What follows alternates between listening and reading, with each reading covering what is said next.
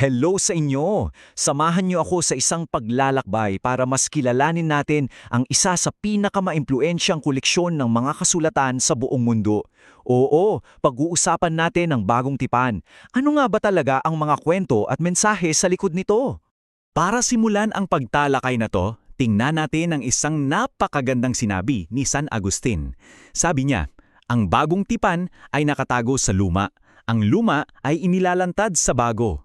Yan ang magiging susi natin para maintindihan kung paano ang dalawang tipan ay magkaugnay. So, umpisa natin sa pinaka-basic na tanong. Ano nga ba ang bagong tipan? Kasi tulad ng makikita natin, hindi lang to basta isang libro. Alam nyo, ang unang dapat nating tandaan, ang bagong tipan ay hindi lang iisang libro. Isipin nyo, para siyang isang maliit na library. Binubuo ito ng 27 magkakaibang aklat.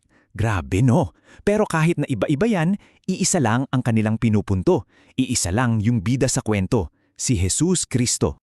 Teka, ano bang ibig sabihin ng salitang tipan? Well, ang ibig sabihin niyan ay isang kasunduan, isang covenant. Kung iisipin natin, ang lumang tipan ay tungkol sa isang pangako. Dito sa bagong tipan, sa pamamagitan ni Jesus, dito natin makikita ang katuparan ng pangakong yun. Okay, para mas ma-appreciate natin tong mga aklat na to, kailangan nating balikan ang panahon kung kailan isinulat ang mga ito.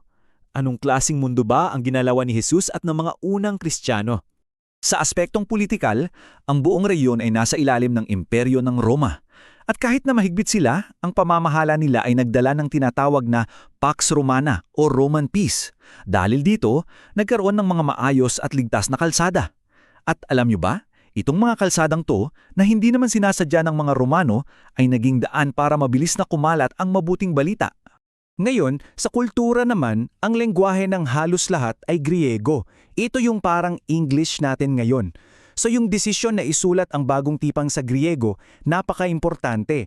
Kasi dahil doon, mas maraming tao mula sa iba't ibang bansa ang agad na nakabasa at nakaunawa nito. At syempre, ang pinakamahalaga, yung setting ng relihiyon. Si Jesus ay isinilang bilang isang Hudyo. At noong panahong yon, ang Hudaismo ay may iba't ibang grupo. Nandyan yung mga Pariseo, mga Saduseo, pero sa gitna ng kanilang pagkakaiba, may isang bagay na pinagkakaisahan nila, ang matinding pag-aabang at pananabik sa pagdating ng Mesiyas. So ngayon, may ideya na tayo sa mundo kung saan ito isinilang, buklatin naman natin ang aklat o mas tamang sabihin, ang aklatan.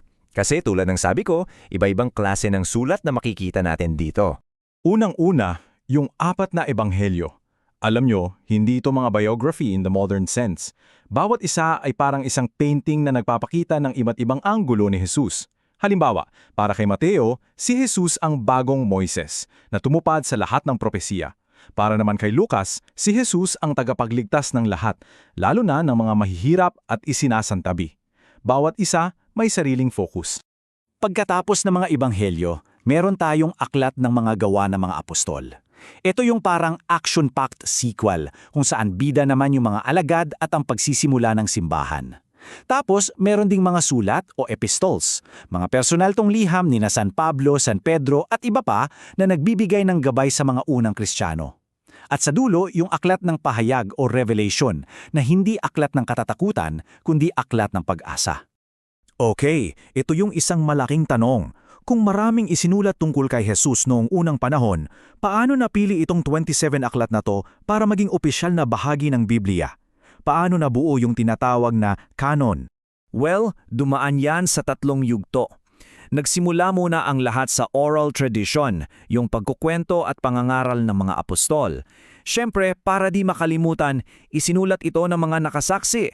At sa huli, ang simbahan, sa gabay ng banal na spirito, ang kumilates at nagpatibay kung alin sa mga kasulatan na yon ang tunay na kinasihan ng Diyos. So paano nila pinili? Hindi to basta-basta meron silang 3 pangunahing pamantayan. Una, galing ba to sa mga apostol o sa isang malapit nilang kasama? Pangalawa, yung turo ba nito tugma sa pananampalataya ng simbahan? At pangatlo, ito ba yung binabasa at ginagamit na sa mga misa o pagsamba? So based sa mga yan, unti-unting nabuo yung listahan hanggang sa bandang ika-4 na siglo na finalize na yung 27 aklat na bumubuo sa Bagong Tipan na hawak natin ngayon. Sige, baka iniisip nyo, okay, ganda ng history, pero nangyari yan 2,000 years ago. Bakit mahalaga pa rin sa atin yan ngayon? Magandang tanong yan. Mahalaga ito kasi ang bagong tipan ay hindi lang isang historical document. Hindi yan pang museo. Ito ay buhay na salita. Ito ang nagbibigay hugis sa ating pagsamba sa misa. Ito ang gumagabay sa ating mga desisyon, sa ating moralidad. At ito rin ang nagbibigay lakas sa ating misyon bilang mga Kristiyano. Sa huli, ang pinaka-purpose ng bagong tipan ay simple lang. Ang dalin tayo sa isang personal na engkwentro kay Hesukristo. Sa bawat salita, bawat kwento, ang gusto nitong mangyari ay makatagpo natin ang buhay na Panginoon na nangungusap pa rin sa atin hanggang ngayon. Itong koleksyon ng mga kasulatang ito, binago nito ang takbo ng mundo. Ngayon, ang tanong na iniiwan ko sa inyo ay ito. Anong mensahe ang dala nito para sa buhay mo? Paano nito huhubugin ang kwento mo? Sana'y maging simula ito ng mas malalim pa nating pagtuklas sa yaman ng salita ng Diyos.